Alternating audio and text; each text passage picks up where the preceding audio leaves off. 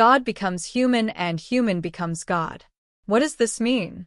There is a surprising and wondrous story of God becoming human and human becoming God. Humanity, created in the image of God, sinned, turned away from Him, lived a life of sin and suffering, and soon died, turning to ashes.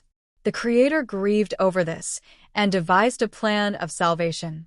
We've already discussed 3 times why God created humans in His image. Today, we'll continue that discussion.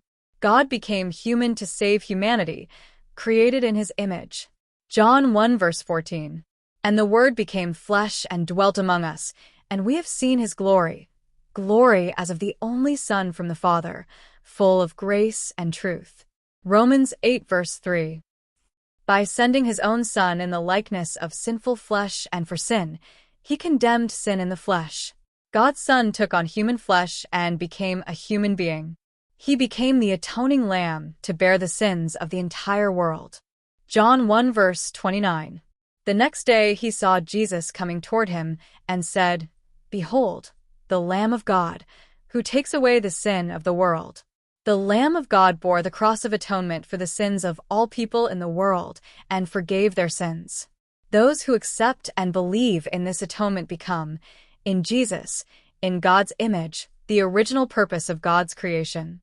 Therefore, Jesus is the perfected image of God. 2 Corinthians 4 verse 4. Christ is the image of God, Colossians 1 verse 15, Hebrews 1 verse 3. Therefore, the moment we believe in Jesus, we become qualified to become the perfect image of God. We will be clothed in the perfect image of God at the moment of our physical death and resurrection, or at the moment of our sudden transformation when we meet the Lord while alive. Philippians 3 verse 21. Who will transform our lowly body to be like His glorious body by the power that enables Him even to subject all things to Himself. 2 Corinthians 3 verse 18. And we all, with unveiled face, beholding the glory of the Lord, are being transformed into the same image from one degree of glory to another. For this comes from the Lord, who is the Spirit. 1 John 3 verse 2. Beloved, we are God's children now, and what we will be has not yet appeared, but we know that when He appears we shall be like Him, because we shall see Him as He is.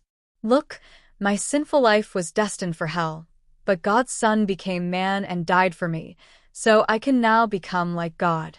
What an amazing plan God has!